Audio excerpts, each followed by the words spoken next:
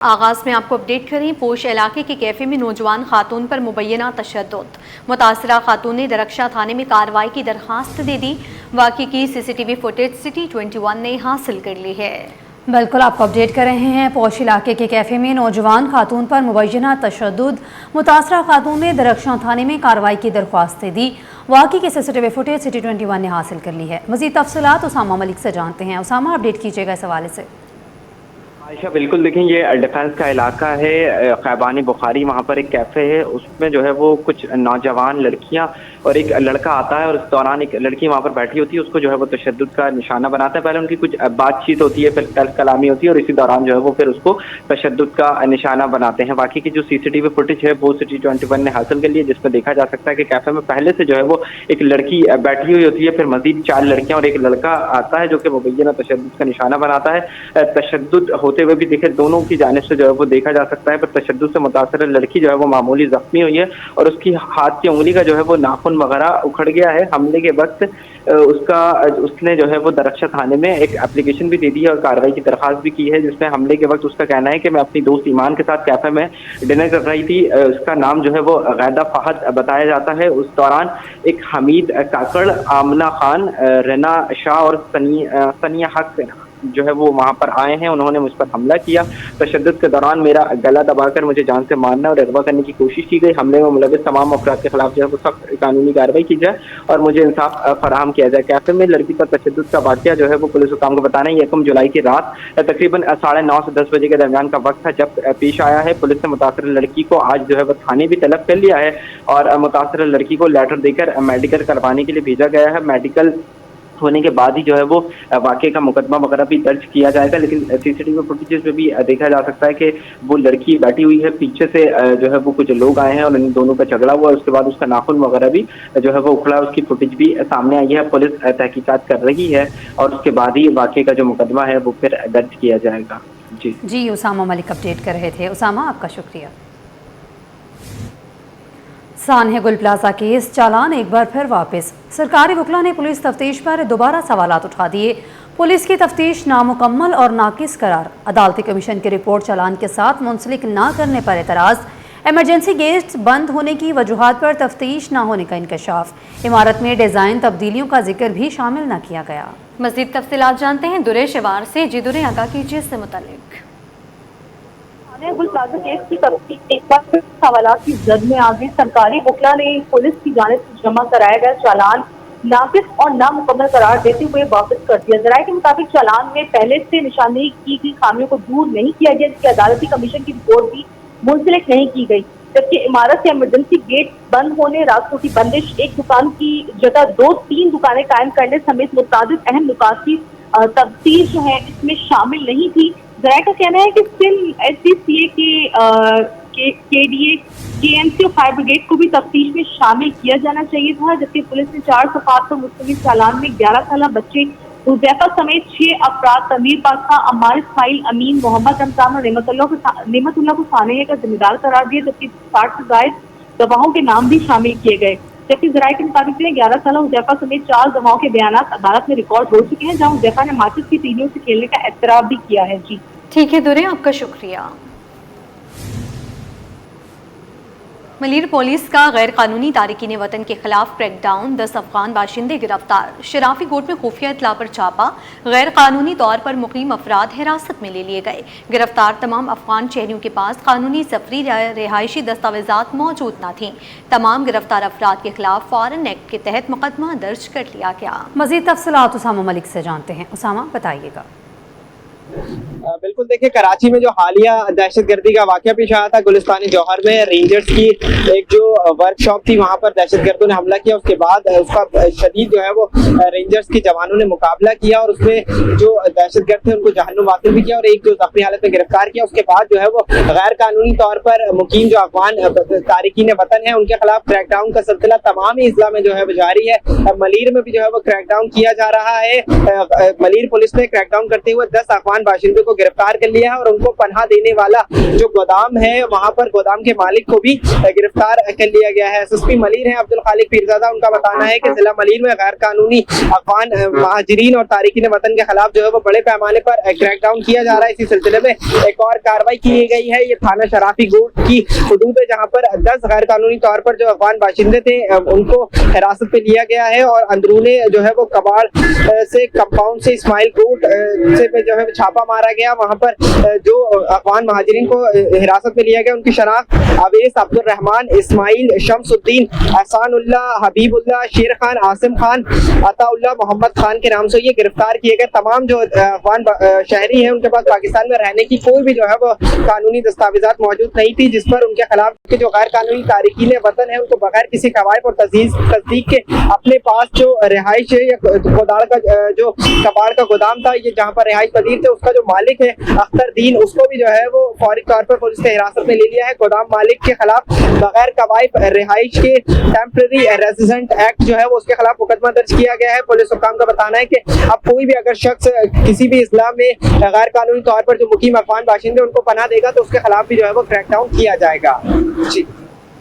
Karachi cotton exchange इमारत खाली न हुई। कराची कॉटन एसोसिएशन की जानिब से तौहीन अदालत की दरख्वास्त दायर कर दी गई। सिंध हाई कोर्ट ने FIA को इमारत खाली करने का हुक्म दिया था। इस हवाले से मज़ीद बताएंगे शौकत कुराई। ये कराची कॉटन एक्सचेंज की बिल्डिंग थी जो अदालत ने खाली करने और कराची कॉटन एसोसिएशन के रहनुमाओं के ख़िलाफ़ मुकदमात के इंदराज को कलअदम करार दिया था, लेकिन ताहाल अदालत के इस हुक्म पर अमल दरामद नहीं हुआ। तो आज कराची कॉटन एसोसिएशन के वकील की जानिब से एक तौहीन अदालत की दरख्वास्त दायर की गई है कि अदालती हुक्म पर अमल दरामद नहीं किया गया। अभी तक FIA के ज़ेर इस्तेमाल है कराची कॉटन एक्सचेंज की बिल्डिंग और अदालत ने ये बिल्डिंग खाली करने का हुक्म दिया था, साथ साथ मुकदमात भी ख़त्म करने का हुक्म दिया था, लेकिन ताहाल उस पर अमल दरामद नहीं किया गया। ये 2025 में दिसंबर 2025 में कॉटन एक्सचेंज की जो इमारत थी उस पर FIA ने उसे सील कर दिया था और साथ साथ अवेक्यू ट्रस्ट प्रॉपर्टी बोर्ड जो है उन्होंने भी सील किया था। अवेक्यू ट्रस्ट प्रॉपर्टी बोर्ड का दावा था कि ये बिल्डिंग जो है उनकी मिल्कियत है, उनके दायरे अख्तियार में आती है, लेकिन जो कॉटन एसोसिएशन के रहनुमाओं का कहना था कि 1933 से ये बिल्डिंग उनके ज़ेरे इस्तेमाल थी और इस बिल्डिंग के अंदर काटन की तिजारत होती थी। काटन के जितने भी ताजर थे वो इस बिल्डिंग के अंदर होते थे और यहाँ पे तमाम काटन की तिजारत होती थी, न सिर्फ यहाँ पाकिस्तान के अंदर बल्कि बैरून मुल्क जो एक्सपोर्ट होती थी काटन वो भी यहाँ से एक्टिविटीज़ होती थी। ये 1933 से बिल्डिंग इस्तेमाल की जा रही है, यानी पाकिस्तान बनने से पहले। लेकिन अवेक्यू ट्रस्ट प्रॉपर्टी का इस पर दावा था कि ये उनकी मिल्कियत है, जबकि उन्होंने जब से नोटिफिकेशन निकाला है उसकी कॉटन एक्सचेंज कंपनी का अपनी मिल्कियत के हवाले से, तो FIA ने उसके बाद उसे सील कर दिया। फिर कुछ हिस्सा उसका ज़ेर इस्तेमाल रहा FIA के, लेकिन जब कॉटन एसोसिएशन ने सिंध हाई कोर्ट से रुजू किया तो सिंध हाई कोर्ट ने उनके हक़ में फ़ैसला दिया और साथ साथ ये कहा है कि 90 रोज़ के अंदर जो है अवेक्यू ट्रस्ट प्रॉपर्टी अपना मौक़िफ़ इस बिल्डिंग के हवाले से जारी करे। लेकिन ताहाल उस पर अमल दरामद तो नहीं हुआ, लेकिन आज उसके वकील ने, कॉटन एसोसिएशन के वकील ने एक तौहीन अदालत की दरख्वास्त दायर की है। जब ये जस्टिस अदनान करीम की अदालत में पेश हुई तो अदनान करीम ने इस दरख्वास्त को, तौहीन अदालत की दरख्वास्त को सुनने से माजरत की और कहा कि चीफ़ जस्टिस को मामला भिजवाया जाए, किसी और बेंच इस दरख्वास्त को सुनेगी। जी। अब्बासी शहीद अस्पताल के डॉक्टरों का 5वें रोज़ भी एहतजाज जारी रहा। डॉक्टरों का कहना है कि जब तक सिक्योरिटी और वजीफ़ा अदा नहीं किया जाएगा एहतजाज का सिलसिला जारी रहेगा। मज़ीद बताएंगे इब्राहिम रंद। जी देखिए, बिल्कुल महकमा सेहत KMC के मातहत चलने वाले सबसे बड़े अब्बासी शहीद अस्पताल के हाउस ऑफिसर्स आज 5वें रोज़ भी पुरअमन तरीके से अस्पताल की इंतज़ामिया के सामने एहतजाज कर रहे हैं। एडमिनिस्ट्रेशन ब्लॉक के सामने धरना भी दिया था और आज बैनर्स भी उठाए हुए हैं, जिनका कहना है कि तनख्वाहों के साथ साथ उनका बड़ा मुतालबा जो वो सिक्योरिटी फराम करना है, लेकिन अस्पताल की इंतज़ामिया इनको सिक्योरिटी फराम नहीं कर रही। हमारे साथ मौजूद हैं डॉक्टर, इनसे पूछते हैं कि इस हवाले से क्या कहेंगे। इसी एक महीने के अंदर जो है 4 बड़े वाक़यात हो चुके हैं, जिसमें डॉक्टर्स के रूम्स तक जो है मॉब आ चुका है। एक बड़ा सा झुंड आ जाता है तो यहाँ पे कोई सिक्योरिटी के इक़दाम नहीं है, सिक्योरिटीज़ के पास कोई जो है ना फैसिलिटी नहीं है, बंदे नहीं है, तो डॉक्टर्स की जान को खतरे की बात आ जाती है। आप जो है उस एसिड अटैक से वाकिफ़ होंगे। अब यहाँ पे हम इंतज़ार करें क्या? जब भी हम जाते हैं किसी से बात करने, वो कहते हैं ये तो हर अस्पताल में होता है। अब ये तो कोई एक वाज़े बात नहीं है। हम चाह रहे हैं कि हमें इतनी सिक्योरिटी मिल जाए कि हम अपना काम जो है वो किसी फ़िक्र के बगैर कर सकें। इसी साथ हमारे साथ लेडी डॉक्टर भी मौजूद हैं। आप बताएं, ख्वातीन इस हालात में किस तरह काम कर रही हैं, आपकी साथी डॉक्टर्स क्या कहती हैं? देखिए, हमारे मसले इतने सारे हैं यहाँ पे नाइट ड्यूटी करने में, लेकिन सेफ्टी नंबर 1 है हमारे लिए। उसी में हमें इतना इशू फेस करना पड़ रहा है। हमारी साथ की लड़कियों की भी वहाँ ड्यूटीज़ लगती हैं। रात को अटेंडेंट्स इतने सारे 50 लोगों के साथ आ जाते हैं वेपन्स के साथ, कमरों में ऊपर नॉक कर रहे होते हैं, लॉक करके हमें मैसेजेस आ रहे होते हैं कि यार हमें बचाओ वहाँ से। आप बताएं, हम उस वक्त घर पर हैं, यहाँ पे जो वार्डन्स हैं, जो इंतज़ामिया है, वो क्यों नहीं उनको नोटिस में ले रही? CCTV कैमरा सिर्फ रिकॉर्ड करके बाद में ही करेगा ना, उस वक्त के लिए वहाँ पे सिक्योरिटी क्यों नहीं मौजूद? इनका ये भी कहना है कि तमाम OPDs, वार्ड और इमरजेंसी में इनके डॉक्टर काम कर रहे हैं, वसाइल के बावजूद भी वो तमाम सहूलतें फराम करने की कोशिश कर रहे हैं। दूसरी जानिब अस्पताल की इंतजामिया का कहना है कि इन्होंने इनके जो मुतालबात हैं आला हुकाम तक पहुँचा दिए हैं, वहाँ से जैसे मुतालबात पूरे होंगे तो इनको आगाह कर दिया जाएगा। जी, अपडेट करें आपको, सिंध में PST GST भर्तियों पर पार्लिमानी कमेटी का इजलास तलब। टेस्ट पास उम्मीदवारों की मिसाल पर 10 जुलाई को अहम इजलास होगा। स्पीकर सिंध असाब्दी की ज़ेर सदारत इजलास, अरकान को नोटिस जारी। आपको अपडेट कर रहे हैं, सिंध में PST GST भर्तियों पर पार्लिमानी कमेटी का इजलास तलब हुआ है। मज़ीद तफसीलात हाजिज जमाली से जानते हैं। हाजिज बताइएगा। जी हाँ, देखिए, ये एक पार्लिमानी कमेटी पहले बनी हुई है, इसका एक इजलास हुआ था। ये सिंध में जो असातिज़ा की भर्तियाँ हैं PST GST असातिज़ा की, और उसके पूरे केसेस का जो मुआयना लेने के लिए ये सिंध असेंबली में कमेटी बनी थी। अब इसका 10 जुलाई को सुबह 11:30 बजे इजलास तलब किया गया है। सिंध असेंबली में स्पीकर अवैध कादिर शाह जो है इस इजलास की सदारत करेंगे। इसमें वजीर कानून ज़ियाउल हसन लंजार, वजीर तालीम सरदार शाह के अलावा मुख्तलिफ जमातों के अरकान असेंबली जो है वो इस पार्लियामानी कमेटी के मेंबर हैं, और ये तमाम लोग इसमें शिरकत करेंगे। और देखना ये है कि चूँकि मज़ीद उम्मीदवार, ऐसे उम्मीदवार जो असातिज़ा की भर्तियों के दौरान जिनका मुतालबा है कि उनको अपॉइंट किया जाए और वो वेटिंग लिस्ट पर हैं, उनके बारे में क्या फैसला होता है। 90,000 से ज़ायद असातिज़ा पहले ही इस IBA टेस्ट के ज़रिए भर्ती हो चुके हैं। अब हुकूमत कह रही है कि मज़ीद असातिज़ा भर्ती करने की गुंजाइश नहीं है। बहरहाल ये फैसला पार्लियामानी कमेटी करेगी, जिसका 10 जुलाई को इजलास है। जी, आजिज़ जमाली अपडेट कर रहे थे, साथ रहिएगा। महकमा तालीम ने हिंदू मज़हब की किताबों से मुतल्लिक नोटिफिकेशन जारी कर दिया। हिंदू मज़हब की किताबें मुतल्लिका तलबा को पढ़ाने के लिए हिदायत जारी। मौजूदा असातिज़ा ही तदरीसी जिम्मेदारियाँ अंजाम देंगे। इस हवाले से मज़ीद तफसीलात जानते हैं, आजिज़ जमाली साथ ही मौजूद हैं। जी आजिज़। जी देखिए, एक नोटिफिकेशन हुआ है महकमा तालीम के करिकुलम विंग की जानिब से, हालांकि उसमें तारीख भी गलत लिखी हुई है। उसमें लिखा हुआ है कि 6 अक्टूबर 2026 के फैसले के मुताबिक, हालांकि 6 अक्टूबर 2025 को फैसला किया था, जो हिंदू मजहब के तलबा हैं क्लास 12 ये 3 जो है निसाब की किताबें महकमा तालीम ने अपने निसाब में शामिल की हैं। अब इस नोटिफिकेशन के मुताबिक बाकायदा तमाम स्कूलों में ये पढ़ाए जाएंगे। लेकिन यहाँ पर भी एक सवाल है कि इस नोटिफिकेशन के मुताबिक जो सूटेबल असातिज़ा मौजूद हैं स्कूलों में, उन असातिज़ा के ज़रिए ये जो है हिंदू मज़हब की किताबें पढ़ाई जाएं। जबकि ये सवाल होता है क्या हिंदू मज़हब की किताबें पढ़ाने के लिए तो हिंदू असातिज़ा की ज़रूरत होगी, जो इस वक्त है नहीं। तो बहरहाल इस नोटिफिकेशन के मुताबिक यही मौजूदा असातिज़ा जो है ये निसाब पढ़ाएंगे। जी ठीक है आजिज़, आपका शुक्रिया। खबर दें आपको, कराची पुलिस में SPs के तकर्रुर तबादलों का नोटिफिकेशन जारी। City 21 ने नोटिफिकेशन हासिल कर लिया। SP माजिदा परवीन हालीपोटो को KP और पोर्ट करने की हिदायत दी गई है। Majida Parveen Halepoto 2 FBI academy America में तरबियत के लिए रवाना होंगी। बिल्कुल, आपको अपडेट कर रहे हैं। कराची पुलिस में SPs के तकर्रुर तबादलों का नोटिफिकेशन जारी। City 21 ने नोटिफिकेशन हासिल कर लिया। SP माजिदा परवीन हालीपोटो को KP और रिपोर्ट करने की हिदायत। Majida Parveen Halepoto FBI academy America में तरबियत के लिए रवाना होगी। कराची पुलिस में SPs के तकर्रुर तबादलों का नोटिफिकेशन जारी। City 21 ने नोटिफिकेशन हासिल कर लिया। SP माजिदा परवीन हालीपोटो KP को रिपोर्ट करने की हिदायत। मज़ीद तफसीलात दुरे शहवार से जानते हैं। दुरे बताइएगा। जी बिल्कुल, कराची पुलिस ने आला सतह पर तकर्री तबादले को नोटिफिकेशन सिटी 21 ने हासिल कर लिया, जिसमें एडिशनल इंस्पेक्टर रेंज की जानिब से जारी किए गए अहकामात के मुताबिक SP investigation Malik east zone Mazda Parveen को उनके मौजूदा ऑर्डर से हटाकर पुलिस ऑफिस रिपोर्ट करने की हिदायत की गई है,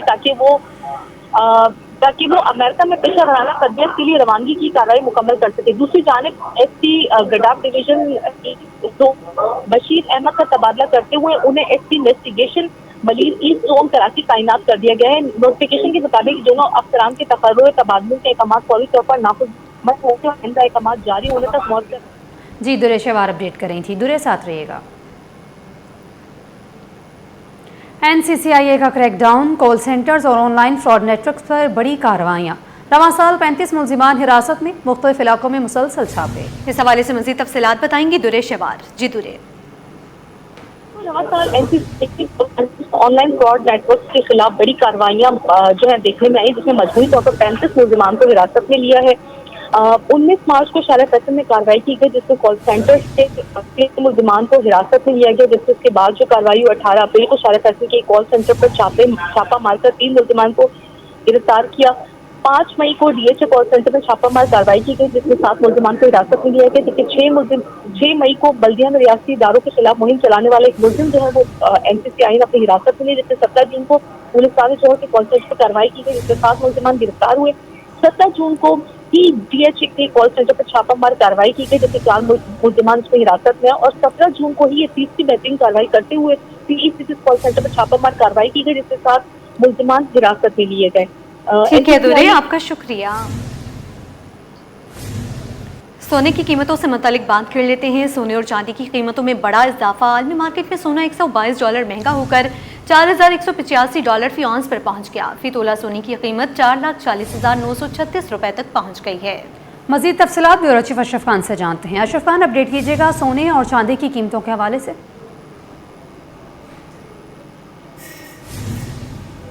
अशरफ खान से रब्ता बहाल करने की कोशिश करेंगे। आपको अपडेट कर रहे हैं, सोने और चांदी की कीमतों में बड़ा इजाफा। आलमी मार्केट में सोना $122 महंगा होकर $4,185 फी औंस पर पहुंच गया है।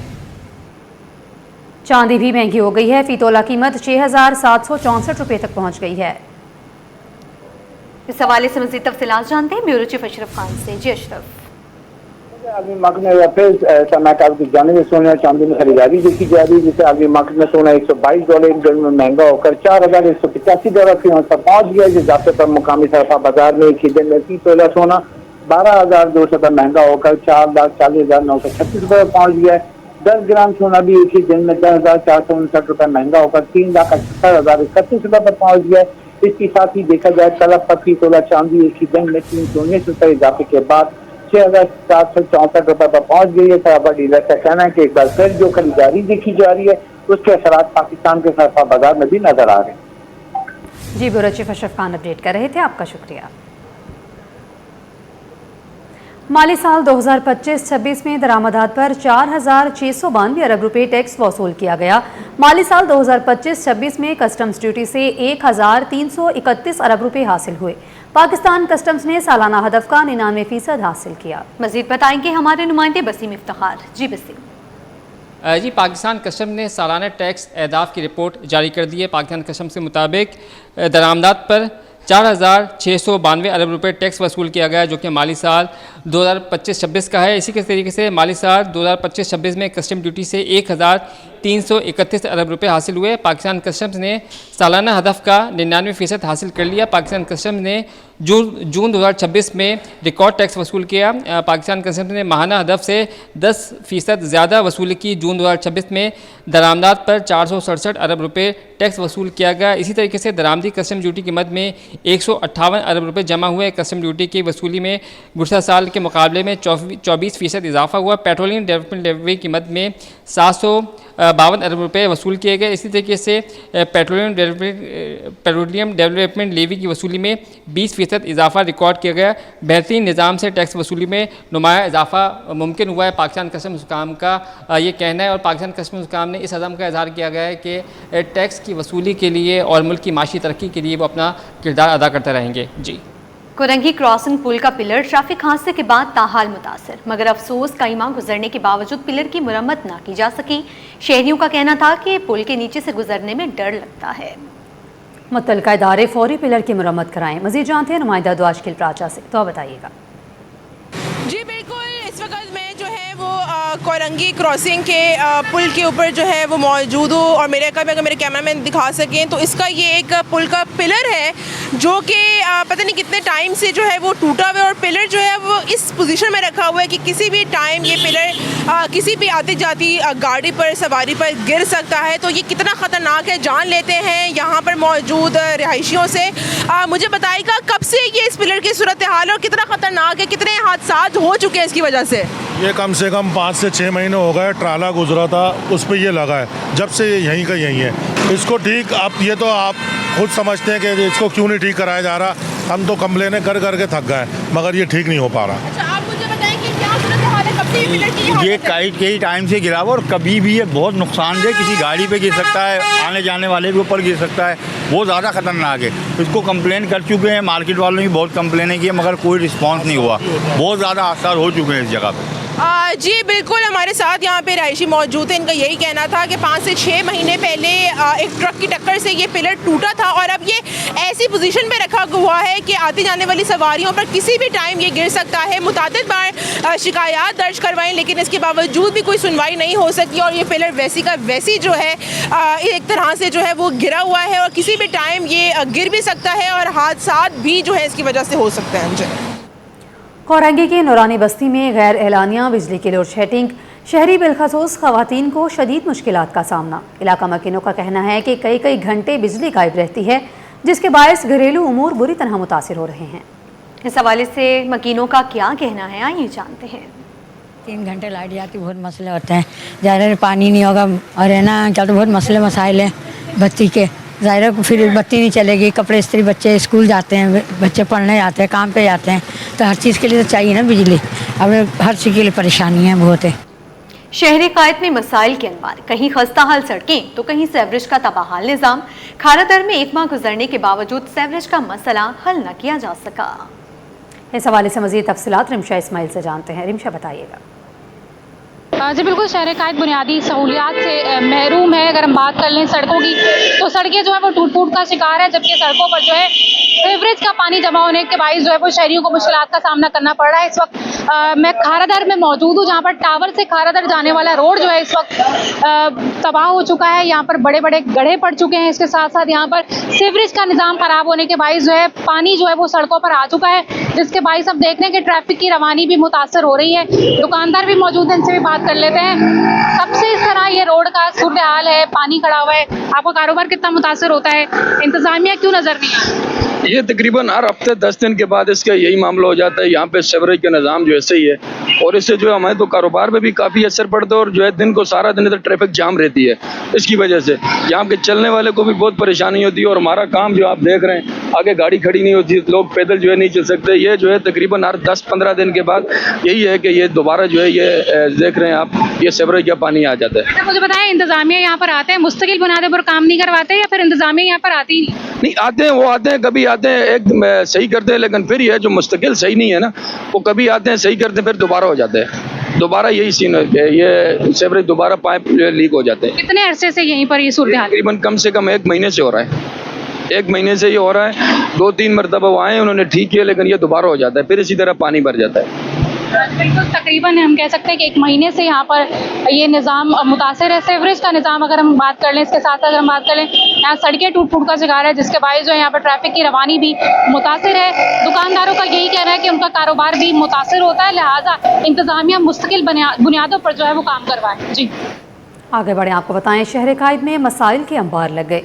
कोरंगी नंबर 2 की मरकजी सड़क सीवरेज के पानी में डूब चुकी है, जबकि जगह जगह कचरे के ढेर शहरियों की मुश्किलात में मजीद इजाफा कर रहे हैं। इस हवाले से मजीद बताएंगी अक्सा शेख।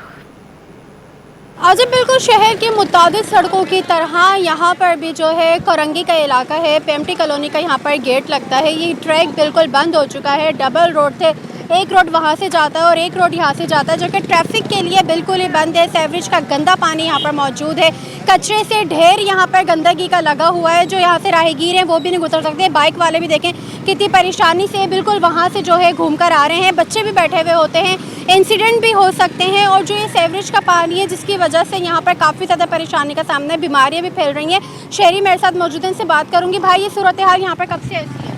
ये भाजी हफ्ता हो गया। हफ्ता हो गया, तो कोई साफ़ करने के लिए नहीं आया? आज कोई भी नहीं आया।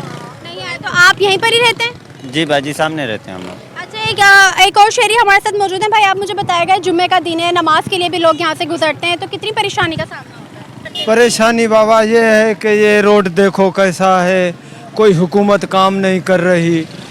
जो भी है आता है अपने लिए आता है, कोई हुकूमत गरीब का कुछ भी नहीं है।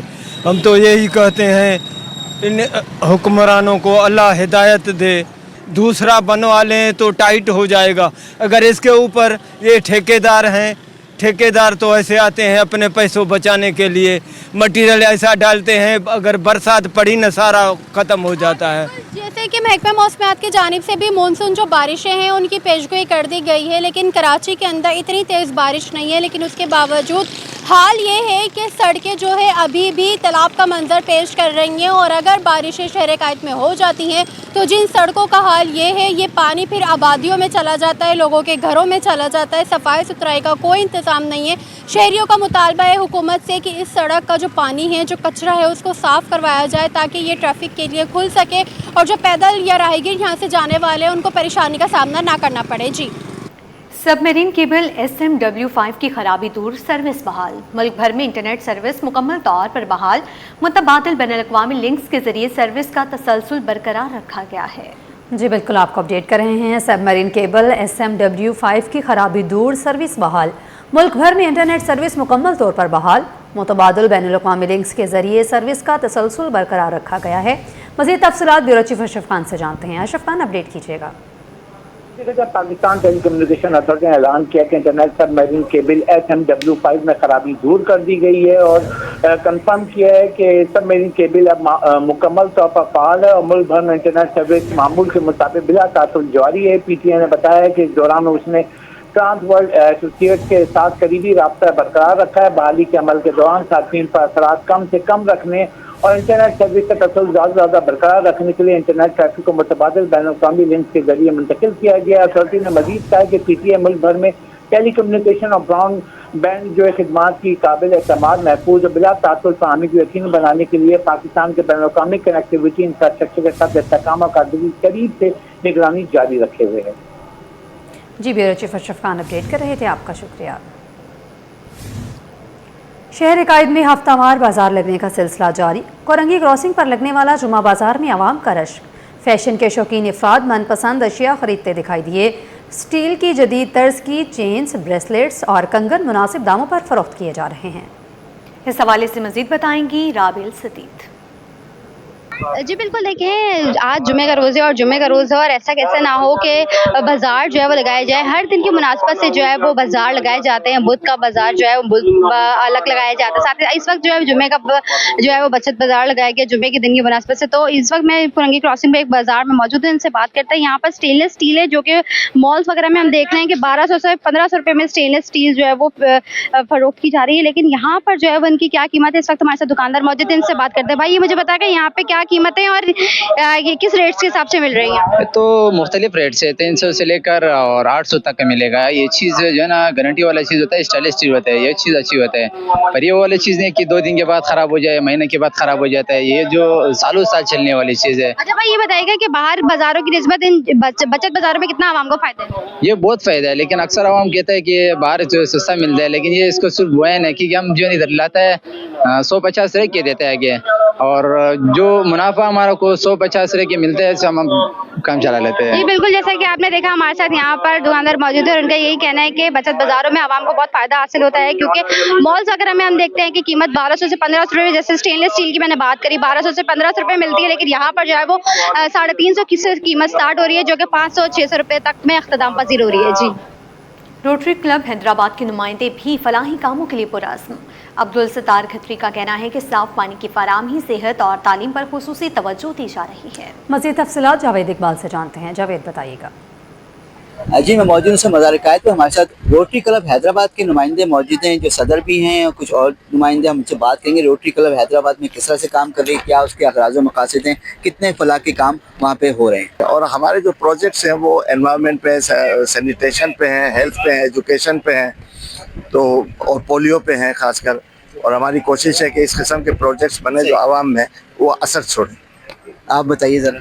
अस्सलाम वालेकुम, this is doctor Rameez from Rotary Club of Hyderabad. I am a project chair this year. और हमारी शहजाद साबिर साहब और हमारी जो टीम है जिसमें डिफरेंट टीम जो कि पोलियो के लिए काम करती हैं, जो कि एजुकेशन में काम करती हैं।